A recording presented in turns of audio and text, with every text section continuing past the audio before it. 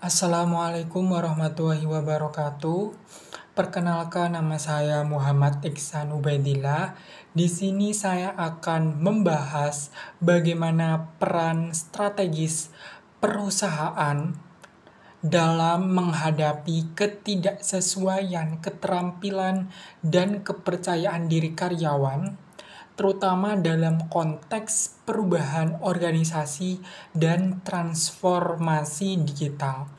Pada latar belakang masalah, saya membahas perubahan teknologi dan struktur organisasi yang cepat memaksa perusahaan untuk menyesuaikan kompetensi karyawannya. Namun, sering terjadi gap antara kompetensi yang dimiliki dengan yang dibutuhkan, dan ini menurunkan motivasi serta rasa percaya diri yang akhirnya berdampak pada produktivitas. Selanjutnya, saya akan membahas pengertian dan kerangka konseptual yang saya akan bahas. Kinerja karyawan adalah seberapa baik tugas diselesaikan sesuai standar organisasi. Kompetensi terdiri dari pengetahuan, keterampilan, dan sikap. Ketidaksesuaian muncul ketika ketidakmampuan tidak memenuhi standar kerja, dan kepercayaan diri menjadi faktor psikologis penting dalam kesiapan menerima perubahan. Selanjutnya, saya akan memberikan sebuah skenario kasus, misalnya seorang karyawan dengan pengalaman 15 tahun menghadapi kesulitan saat sistem ERP baru diterapkan. Seseorang kurang menguasai teknologi, bergantung pada rekan kerja muda, menolak pelatihan karena merasa tertekan, dan akhirnya kinerjanya menurun drastis. Pada analisis masalah utamanya adalah pada aspek teknis dan perilaku. Secara teknis, seseorang tidak menguasai ERP. Secara perilaku, seseorang resistif terhadap perubahan. Dampaknya, laporan terlambat, beban kerja tidak merata, konflik tim meningkat, dan digitalisasi tidak berjalan secara maksimal. Saya akan membahas peran strategis manajer.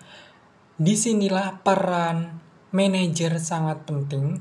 Manajer harus membangun kepercayaan interpersonal, mendengarkan tanpa menghakimi, melakukan evaluasi berbasis kompetensi, dan menganalisis akar masalah secara empatik dan analitis, bukan hanya administratif. Selanjutnya, saya akan membahas tentang intervensi pengembangan karyawan. Solusi yang dapat dilakukan antara lain coaching secara personal atau pelatihan secara personal, simulasi kerja yang sesuai dengan realitas atau kenyataan, pemberian tugas bertahap atau job crafting, serta umpan balik yang konsisten dan membangun. Selanjutnya, untuk pembahasan penguatan budaya organisasi adaptif, perusahaan juga perlu menciptakan budaya kerja yang adaptif, seperti membangun psychological safety agar karyawan tidak takut gagal, membentuk learning culture agar pelatihan dianggap bagian dari pekerjaan, dan mengaktifkan peer learning, misalnya lewat program digital buddy. Untuk pembahasan dampak dan manfaat, dengan penerapan pendekatan yang manusiawi dan berbasis kebutuhan individu, perusahaan dapat melihat berbagai dampak positif. Karyawan yang sebelumnya mengalami ketidaksesuaian kompetensi menjadi lebih percaya diri dan siap menghadapi perubahan. Hubungan antar tim juga membaik karena ada budaya saling mendukung melalui peer learning.